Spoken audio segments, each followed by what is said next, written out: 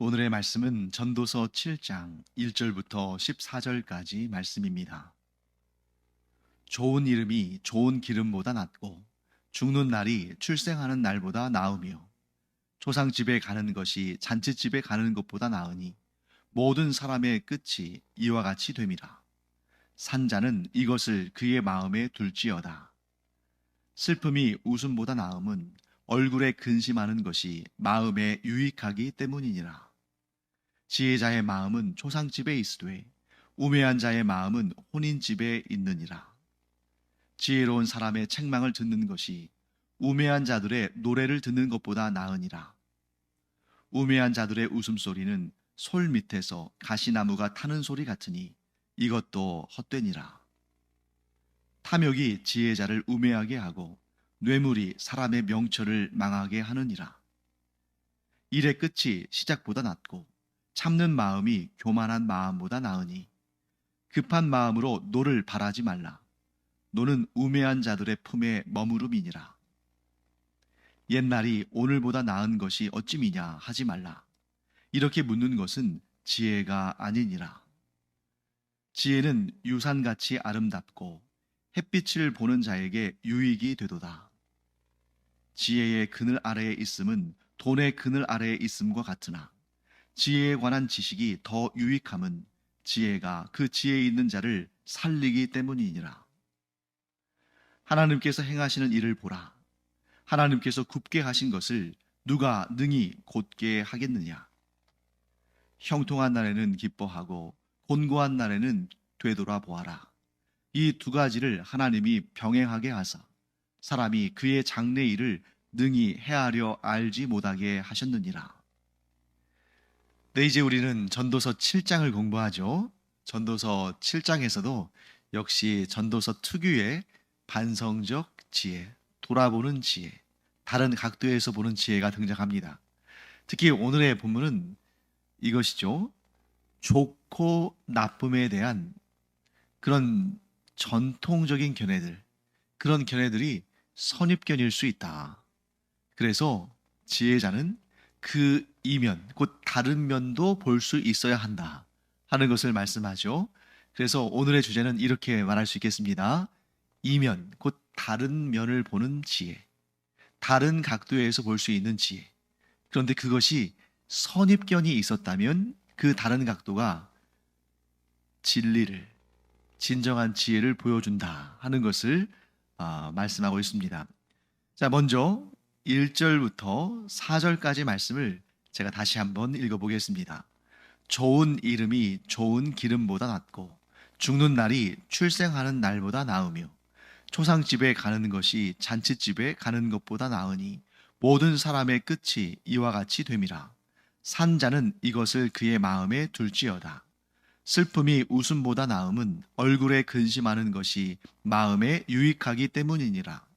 지혜자의 마음은 초상집에 있으되 우매한 자의 마음은 혼인집에 있느니라.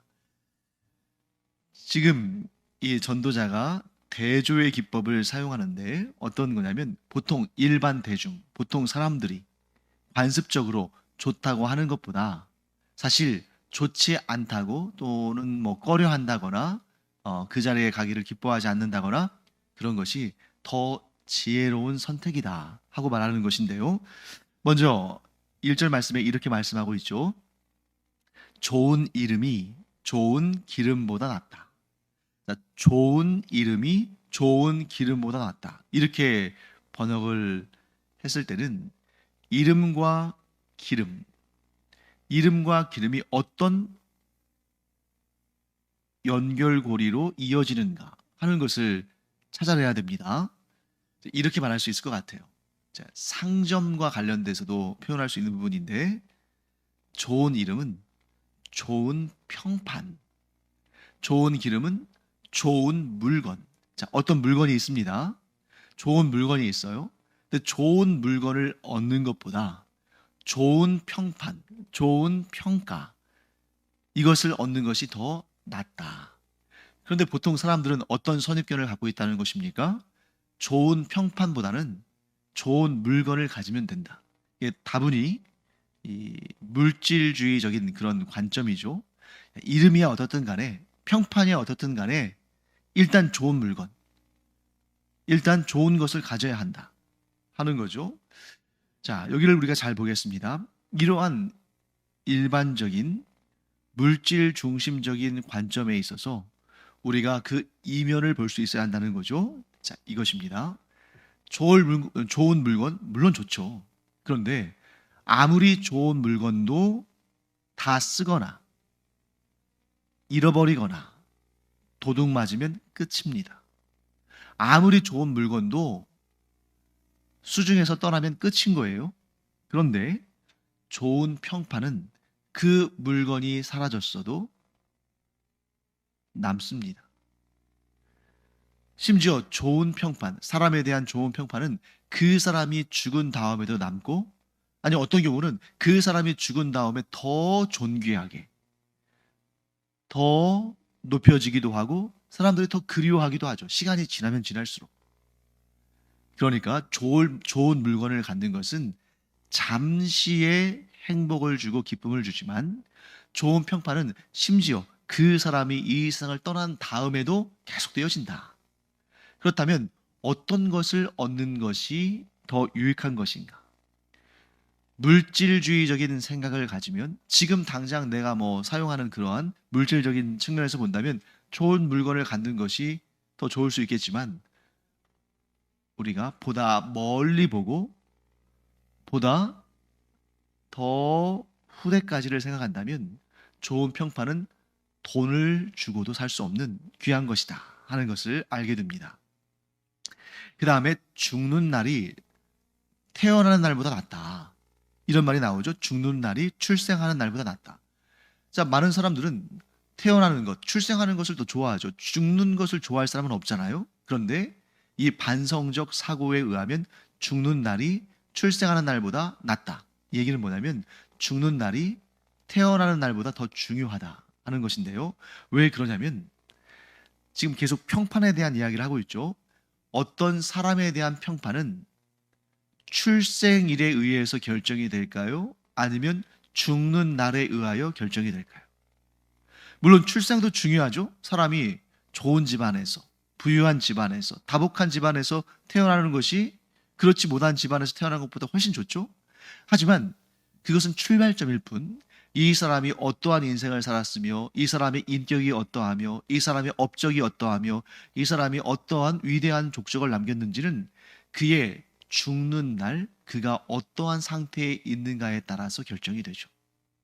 또한 그의 인생을 사는 동안 아무리 좋은 업적을 많이 남겼어도 죽는 날 그가 그 모든 것을 다 까먹고 심지어 그 모든 명성에 먹칠을 할 수도 있죠. 마무리를 잘못하면. 그러니까 지금 이 지혜자, 이 전도자는 이렇게 말하는 겁니다. 인생 끝까지, 죽는 날까지, 이 세상에서 그 인생을 마무리하는 날까지 항상 내가 어떠한 모습으로 이 세상에서의 삶을 마무리할지를 생각하고 겸비하며 스스로를 단정하게, 경건하게 살아라 하는 것을 말씀하고 있는 거죠. 그래서 아주 간단하게 말한다면 우리가 평생 매 순간순간마다 하나님 앞에 겸비하여 하나님을 경외하는 삶을 살면 그의 마지막, 그의 죽는 날은 아름다울 것이며 그것이 그에 대한 좋은 평판이 될 것이다 하고 이야기하는 것입니다. 같은 맥락에서 초상집에 가는 것이 잔치집에 가는 것보다 더 낫다, 더 좋다 하고 말하는 것입니다. 많은 사람들은 일단 잔치집에 가면 웃고 떠들고 먹고 마시고 마음대로 놀 수 있으니까 더 선호하겠죠. 반면에 좀 초상집은 그렇게 웃고 막 떠들고 놀고 할 수 없잖아요. 좀 슬픔에 쌓여 있기도 하고 또 심각한 분위기죠. 그럼에도 불구하고 왜 초상집에 가는 것이 잔치집에 가는 것보다 더 좋다고 말하냐면 실제로 우리의 삶에 지대한 영향을 미치는 분기점, 즉 내 삶을 돌아보고 잘못된 길로 가고 있었다면 다른 길로 바로잡고, 또 내 삶에 있어서 내가 지금 과연 하나님의 그 뜻 가운데에 제대로 살고 있는지 스스로를 돌아보기도 하고 하는 이러한 삶을 돌아보기도 하고 삶의 방향을 재정립하기도 하고 또는 바른 길로 가고 있다면 더 그 길로 정진할 수 있게 하는 그러한 계기가 되는 장소는 잔치집이 아니라 초상집, 곧 사람의 죽음 앞에서 이러한 지혜를 얻게 된다는 것입니다. 여러분, 이것은 따로 설명할 필요가 없겠죠? 우리도 우리의 삶을 아주 진지하게 돌아볼 수 있는 계기는 결혼식장이나 돌잔치나 이런 데가 아니죠. 물론 뭐 결혼식장이나 돌잔치 가서 나도 이렇게 결혼해서 또 이렇게 예쁜 아기를 낳아야겠다 그런 생각을 할 수 있을지 모르지만 내 삶의 본질에 대해서 내가 어떻게 살고 있는지에 대해서 내가 나아가는 방향이 옳은가에 대해서 아주 진지하게 고민하고 그 방향을 때로는 수정하거나 혹은 그 방향이 옳았을 때에는 더욱 정진하게 되는 그런 계기가 바로 초상집에서다 하는 것을 말씀하고 있습니다. 결국 죽음, 슬픔, 고난, 실패 이런 일들을 경험하고 싶고 그것을 좋아할 사람은 아무도 없죠. 그런데 도리어 하나님께서는 그런 일들을 통해서 우리를 더욱 성장시키시고 더욱 바른 방향으로 나아가게 하시고 더욱 성숙하게 하신다. 그러니까 좋은 일을 통해서도 일하시지만 도리어 이런 우리가 기피하는 우리가 걷기를 원치 않는 그런 길들 속에서 도리어 하나님의 더 선명한 인도하심과 더 좋게 하시는 하나님의 이런 은혜 주심이 그 고난과 고통과 실패와 죽음 이러한 어려운 일들 이러한 고통스러운 일들을 경험할 때 깨닫게 된다 하는 것입니다. 그래서 하나님께서는 무엇인지 사용하시는데 도리어 이렇게 죽음이나 고통이나 고난이나 실패를 통해서 더 깊고 더 귀한 가르침을 우리에게 주신다. 그러므로 그 길이 더 복된 길이다. 육체적으로 쾌락을 추구하는 자들에게는 피하고 싶은 길이지만 진지하게 인생을 고민하고 하나님께서 기뻐하시는 삶을 살기를 원하는 하나님을 경외하는 자들은 도리어 이 길을 선택한다 하고 말하고 있는 것입니다. 자, 그 다음에 5절부터 7절까지 말씀을 제가 한번 읽어보겠습니다. 지혜로운 사람의 책망을 듣는 것이 우매한 자들의 노래를 듣는 것보다 나으니라.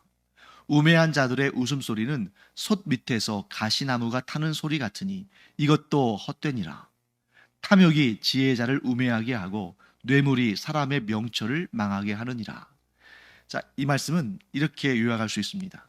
육체의 쾌락과 인격의 성숙 가운데에서 무엇을 택할 것인가?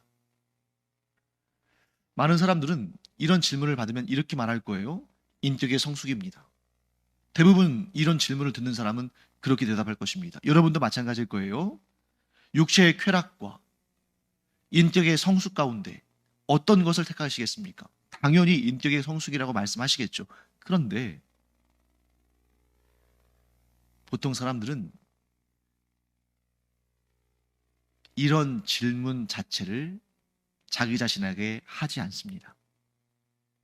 지금 이 성경의 말씀, 하나님께서 이 전도자를 통해서 우리에게 주시는 말씀 가운데서는 육체의 쾌락과 인격의 성숙 가운데 너희는 인격의 성숙을 택해라. 이렇게 바른 길, 생명의 길, 하나님의 뜻을 우리에게 전하시지만 사람들은 살아가면서 이런 질문을 할 겨를이 없어요. 왜? 인격의 성숙을 생각할 겨를도 없이 이미 몸은 육체의 쾌락을 따라가고 있으니까. 다 알긴 알아요. 이 육체의 쾌락이 나에게 인격적 성숙을 가져다 주는 것은 아니라는 것을 알지만 그것을 곰곰이 생각하기도 전에 이미 육체는 쾌락을 향해 나아가는 것, 이것이 이 세상에 아주 당연하게 여겨지는 그러한 모습이라는 것입니다. 하지만 우리는 달라야겠죠. 우리는 그리스도인이잖아요. 그리스도인이 세상 사람들과 다른 것은 육체의 정욕을 삶의 최고의 가치로 두지 아니하고 예수 그리스도를 닮아가는 것을 삶의 최고의 가치로 두는 그런 사람들이 바로 그리스도인인 것입니다. 그렇기 때문에 우리는 모든 사람이 달려가는 그 길, 육체의 쾌락을 쫓아가는 그 길에서 잠깐 멈추어 서서 내가 무엇을 추구하고 있는가? 내가 저 넓은 길, 곧 육체의 쾌락과 이 세상에서 즐길 것들과 이 세상에서 자랑하는 것들과 정욕을 만족하게 하는 그 넓은 길을 쫓아가는 사람들과 함께 갈 것인가? 아니면 좁은 길, 힘들고 고통스럽고 외롭고 어렵지만 예수 그리스도를 닮아가는 그 길로 갈 것인가? 넓은 길은 사람들이 많이 가지만 결국 멸망에 이르는 길이고, 좁은 길은 사람들에게 인기가 없어서 많은 사람들이 가지 않지만 그 길이야말로 생명의 길이고 구원의 길이다. 이것이 성경의 가르침 아닙니까? 그래서 우리는 항상 잠시 멈춰서는 그러한 습관을 가져야 됩니다. 내가 이 세상을 살아가면서 나도 모르게 막 그냥 쫓겨서 달리다 보면 어느덧 세상 사람들과 똑같은 길을 가고 있을 가능성이 커요. 그런데 그때마다 이 반성적 사고, 내가 세상 사람들과 똑같이 가는 것이 이것이 옳은 것인가? 이것이 성공인가? 이것이 진정한 나에게 유익한 길인가? 그런데 이 전도서는 그러한 시점에서 우리로 하여금 잠시 머물러 서서 그것이 좋은 길이 아니라는 것을, 그것이 하나님께서 기뻐하시는 길이 아니라는 것을 우리에게 깨달아 알게 하는 거죠. 그래서 그리스도를 닮아가는 우리 하나님의 자녀들은 차라리 노래를 택하기보다는 책망을 택한다는 거예요. 그 노래는 우매한 자들의 노래. 그 책망은 지혜로운 자들의 책망. 그러니까 책망 자체가 좋은 것은 아닙니다만 지혜로운 자가 우리를 일깨워 줄 때 그 책망을 듣기를 원하는 사람이 누가 있겠어요? 그러나 그 책망이라 할지라도 달게 받는 자가 참으로 지혜로운 자다 하는 것을 말하고 있는 것입니다. 그리고 6절에서 우매한 자들의 웃음소리는 솥 밑에서 가시나무가 타는 소리 같다. 이게 무슨 뜻이냐면 솥 밑에 가시나무는 이런 잡목 같은 거잖아요. 가시나무가 바짝 말라있기 때문에 잘 탑니다.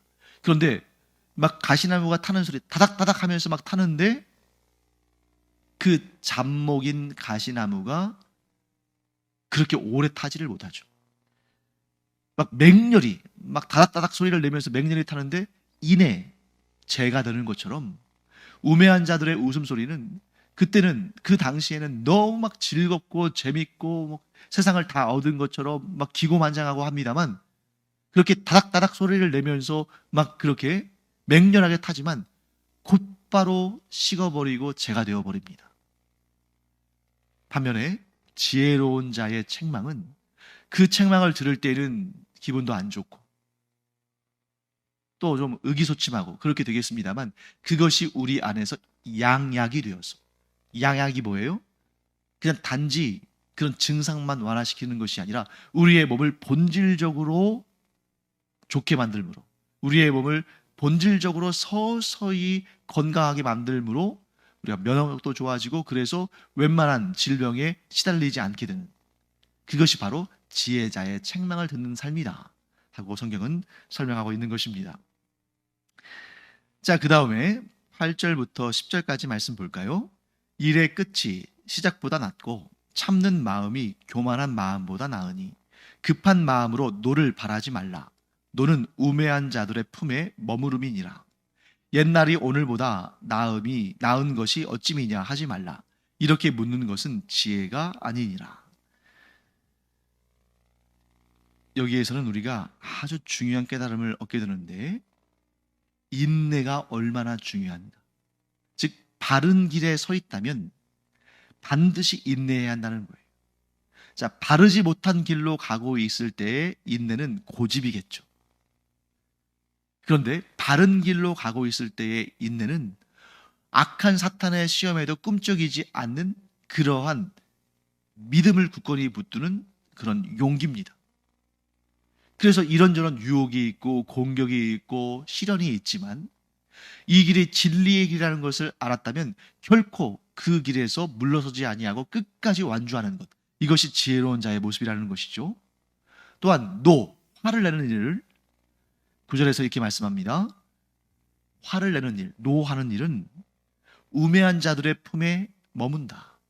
자, 우매한 자는 언제든지 화낼 준비를 하고 있다가 자기의 마음에 맞지 않거나 자기의 신경을 거스르는 일이 있으면 곧장 화를 낸다는 거예요.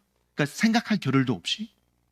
그런데 지혜로운 자는 쉽게 화를 내지 않습니다. 왜냐하면 내가 진리의 잣대가 아니라는 것을 알거든요. 내가 온전히 옳을 수는 없다는 것을 안단 말이죠. 상대방이 나에게 어떤 말을 했습니다. 우매한 자 같으면 별 생각할 틈도 없이 그냥 지금 자기의 기분에 언짢게 들리면 바로 화를 내고 바로 공격합니다. 그런데 지혜로운 자는 그 말을 들었을 때 바로 화를 내면서 반응하지 않고 곰곰이 생각하고 그 말이 어떤 의미인지를 살펴본다는 거예요. 어떻게 해요? 인내심을 가지고.